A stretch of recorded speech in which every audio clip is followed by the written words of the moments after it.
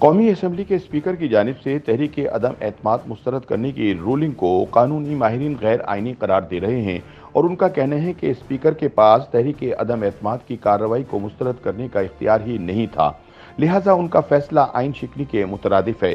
Supreme court ने भी बुनियादी तौर पर यह फैसला करना है कि इस सारे मसले की जड़ यानी स्पीकर कौमी असम्बली की रूलिंग क्या आइनी है या गैर आइनी। याद रहे कि स्पीकर कौमी असम्बली ने अपोजिशन की तहरीक अदम एतमाद को मुस्तरद करते हुए आर्टिकल 5 का हवाला दिया था और कहा था कि चूंकि अपोजिशन की तहरीक अदम एतमाद गैर मुल्की साजिश का हिस्सा है, लिहाजा इसे मुस्तरद किया जाता है। लेकिन स्पीकर ऐसा करते हुए शायद भूल गए कि वो आइन शिकनी के मुर्तकिब हो रहे हैं, जिसके नतीजे में उन पर आर्टिकल 6 के तहत आइन शिकनी का केस चल सकता है। मारूफ माहिर कानून सलमान अकरम राजा कहते हैं कि दुनिया की पार्लिमानी तारीख में ऐसी मिसालें मौजूद हैं कि जब स्पीकर के इस नौइयत के इक़दामात को अदालतों ने गैर आइनी करार देकर मुस्तरद कर दिया था। उनके बकौल अगर पार्लिमानी मामलात में रुकावट आ रही हो तो अदालत इसमें मुदाखलत कर सकती है, क्योंकि आइन के मुताबिक स्पीकर के आइनी इक़दामात को तहफ़्फ़ुज़ हासिल है, लेकिन गैर आइनी इक़दामात को रिवर्स किया जा सकता है और इसकी मिसालें मौजूद हैं। सलमान अकरम राजा ने बरतानवी पार्लियामेंट में बरतानिया के यूरोपीय यूनियन से अलहदगी के मामले ब्रेक्जिट की मिसाल दी।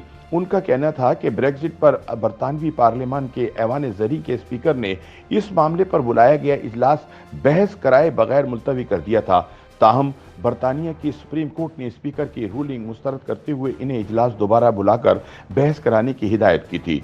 सलमान अकरम राजा का कहना था कि कौमी असम्बली का इजलास खासतौर पर तहरीक अदम एतमाद पर वोटिंग के लिए बुलाया गया था और इस रोज़ कौमी असम्बली में और कोई बिजनेस नहीं हो सकता था। इस मरहले पर डिप्टी स्पीकर की तरफ से वोटिंग की इजाज़त न देना गैर आइनी और गैर कानूनी इक़दाम है और ये आइनी ज़रूरत थी कि वोटिंग का अमल मुकम्मल किया जाता।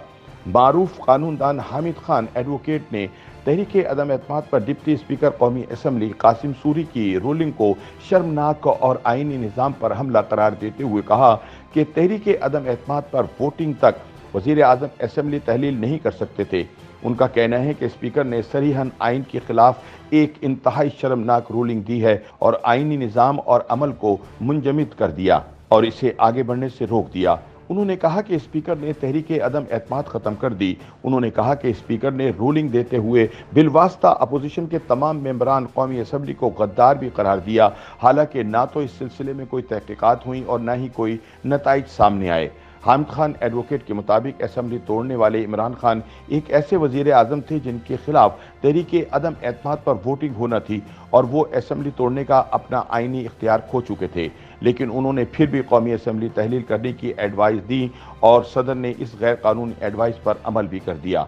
मारूफ कानूनदान ने कहा कि यह मामला अगर अदालत में जाता भी है कि स्पीकर की रूलिंग दुरुस्त थी या नहीं तो इसमें कई हफ्ते लग सकते हैं, क्योंकि ये कोई आसान मामला नहीं है।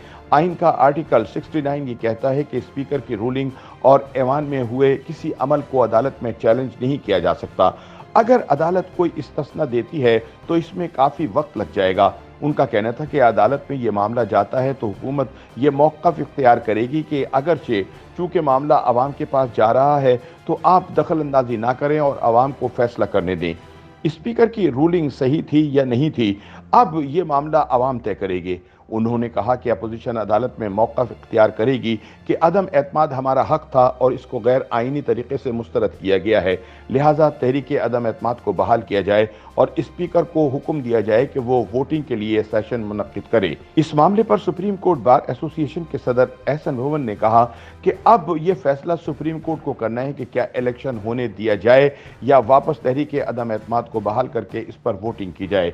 उन्होंने कहा कि गैर मुल्की साजिश को कभी साबित नहीं किया जा सकता, लिहाजा इस बात को जवाज बनाकर फौरन रूलिंग देकर जिस तरह डिप्टी स्पीकर उठ कर गए, ये आइनी निज़ाम पर हमला था। उनका कहना था कि बैरूनी साजिश की बात ज़्यादा दूर तक नहीं जाएगी, इसका मकसद उन्होंने हासिल कर लिया। इसका मकसद यही था कि इसको जवाज बनाकर असम्बली सेशन को मौखर किया जाए और तहरीक अदम एतमाद को ख़त्म कर दिया जाए। इस बयानिए का मकसद यही था और वो उन्होंने हासिल कर लिया। एक सवाल के जवाब में उन्होंने कहा कि इस बात का फैसला सुप्रीम कोर्ट को करना होगा कि एक सरीहन गैर कानूनी अमल को नज़रअंदाज करके हम इलेक्शन की तरफ बढ़ जाएं या इस अमल को गैर आइनी करार देकर तहरीक अदम एतमाद को बहाल किया जाए। اس معاملے پر سابق اٹارنی جنرل عرفان قادر نے کہا کہ یہ بالکل غیر آئینی اقدام ہے اور حکومت اس کا کوئی جواز پیش نہیں کر سکتی۔ اتنی بڑی خلاف ورزی کو معاف نہیں کیا جا سکتا۔ سپریم کورٹ کو بھی اس بات کا اختیار نہیں کہ وہ آئین کی خلاف ورزی پر کسی کو معاف کرے۔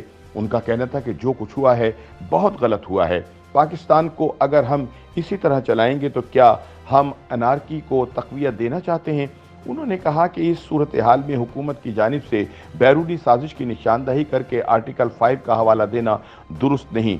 وہ بالکل مختلف بات ہے۔ اسپیکر صاحب نے یہ از خود کیسے سوچ لیا کہ یہ تحریک عدم اعتماد اپوزیشن کی بیرونی قوتوں کے ساتھ مل کر ملی بھگت ہے اور وہ ملی بھگت ملکی مفاد میں نہیں ہے۔ انہوں نے کہا کہ اس سلسلے میں سپریم کورٹ آخری حل نہیں بلکہ آئین خود ہے، اور اگر آئین کی خلاف ورزی شروع ہو جاتی ہے تو سپریم کورٹ پارلیمنٹ تو نہیں چلائے گی۔ یہ چیز تو ہوئی غلط ہے۔ ماہر قانون اسد رحیم خان کا بھی یہی کہنا ہے کہ اس معاملے میں آئین سے انحراف کیا گیا ہے، کیونکہ آرٹیکل 58 میں تفصیل بہت واضح ہے کہ جب تک تحریک عدم اعتماد پر ووٹ نہ ہو جائے یا اس عمل کی پیروی نہ کی جائے اس وقت تک وزیر اعظم پاکستان اسمبلیاں تحلیل نہیں کر سکتے۔ انہوں نے کہا کہ اس وقت آئین میں کہیں نہیں لکھا کہ تحریک عدم اعتماد کو اس طرح ختم کیا جا سکتا ہے، اور آرٹیکل 58 کی وضاحت بھی اس نقطے سے بہت زیادہ واضح ہے۔ ان کا کہنا تھا کہ آئین کے آرٹیکل 95 کو نظر انداز نہیں کیا جا سکتا، جس کا تعلق عدم اعتماد کی تحریک پر ووٹنگ سے ہے۔ ان کے بقول اس آرٹیکل کے تحت اگر قومی اسمبلی میں اراکین کی اکثریت قائد ایوان پر اعتماد نہ کرے تو وہ اپنے عہدے پر برقرار نہیں رہ سکتے۔ انہوں نے کہا کہ ویسے بھی صاف ظاہر ہے کہ حکومت نے عمران خان کے خلاف تحریک عدم اعتماد کی ممکنہ کامیابی کو روکنے کے لیے تحریک عدم اعتماد کی قرارداد کو مسترد کیا، جو کہ بدنیتی پر مبنی فیصلہ ہے۔ YouTube پر گوگلی نیوز دیکھنے کے لیے youtube.com کی سرچ بار میں googly news T V type کریں۔ گوگلی نیوز کے پیج پر سرخ رنگ کے سبسکرپشن والے بٹن پر کلک کرنا نہ بھولیے۔ YouTube پیج پر اپلوڈ ہونے والی ویڈیوز سے باخبر رہنے کے لیے بیل آئیکن پر کلک کیجیے۔ آپ کو ہر نئی ویڈیو کے بارے میں نوٹیفیکیشن موصول ہو جائے گا۔